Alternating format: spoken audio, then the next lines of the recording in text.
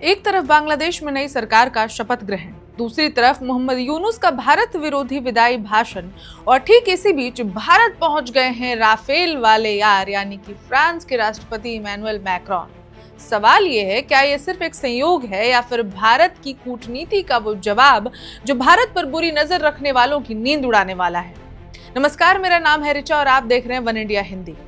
दक्षिण एशिया में जब राजनीतिक बयानबाजी और भारत विरोधी सुर तेज हो रहे हैं, ठीक उसी वक्त भारत ने अपनी रणनीतिक ताकत दिखा दी है। फ्रांस के राष्ट्रपति इमैनुअल मैक्रोन 3 दिवसीय दौरे पर भारत पहुंच चुके हैं। मुंबई एयरपोर्ट पर उनका भव्य स्वागत भी हुआ और आज यानी 17 फरवरी को उनकी मुलाकात प्रधानमंत्री मोदी से हुई। मैक्रोन का यह दौरा ऐसे समय पर हो रहा है जब बांग्लादेश में सत्ता परिवर्तन के बाद पूर्व कार्यवाहक प्रमुख मोहम्मद यूनुस ने भारत के खिलाफ इशारों में बेहद तीखे बयान दिए, लेकिन भारत ने जवाब शब्दों से नहीं सौदों से देने का फैसला किया है। भारत और फ्रांस के बीच आज सिर्फ दोस्ती नहीं बल्कि रणनीतिक साझेदारी की नई इबारत लिखी जा रही है। रक्षा सहयोग, नौसेना, मिसाइल, हेलीकॉप्टर, पनडुब्बी और आर्टिफिशियल इंटेलिजेंस, हर मोर्चे पर बड़े फैसलों की उम्मीद है। सबसे पहले बात उस डील की करते हैं जिसने चीन और पाकिस्तान की चिंता बढ़ा दी है, हैमर मिसाइल डील।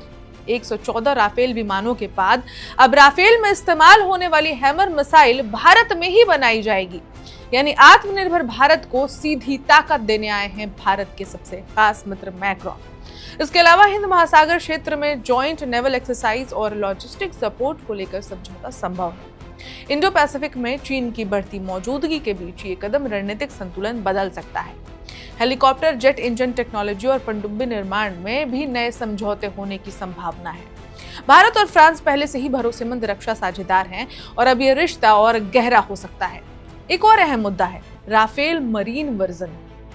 भारत अपने एयरक्राफ्ट कैरियर के लिए इसे खरीदना चाहता है और मैक्रोन के दौरे पर इसकी कीमतों और शर्तों पर चर्चा हो सकती है, जिसके बाद भारत के जो पड़ोसी देश हैं उनके लिए एक बहुत डेंजर डील हो सकती है।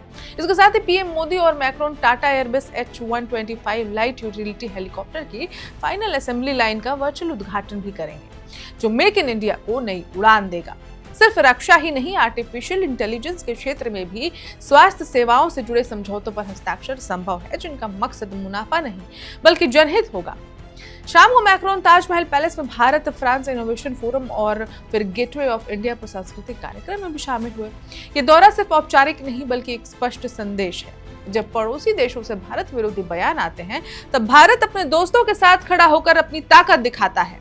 सवाल अब भी वही है, क्या ये साझेदारी सिर्फ कागजों तक सीमित रहेगी? हालांकि कागजों की बात भारत और फ्रांस के रिश्तों में है ही नहीं, क्योंकि फ्रांस हमेशा से भारत का सबसे बड़ा सपोर्टर रहा है। चाहे राफेल डील हो, चाहे किसी भी वक्त पर फ्रांस और मैक्रोन हमेशा खड़े रहते हैं।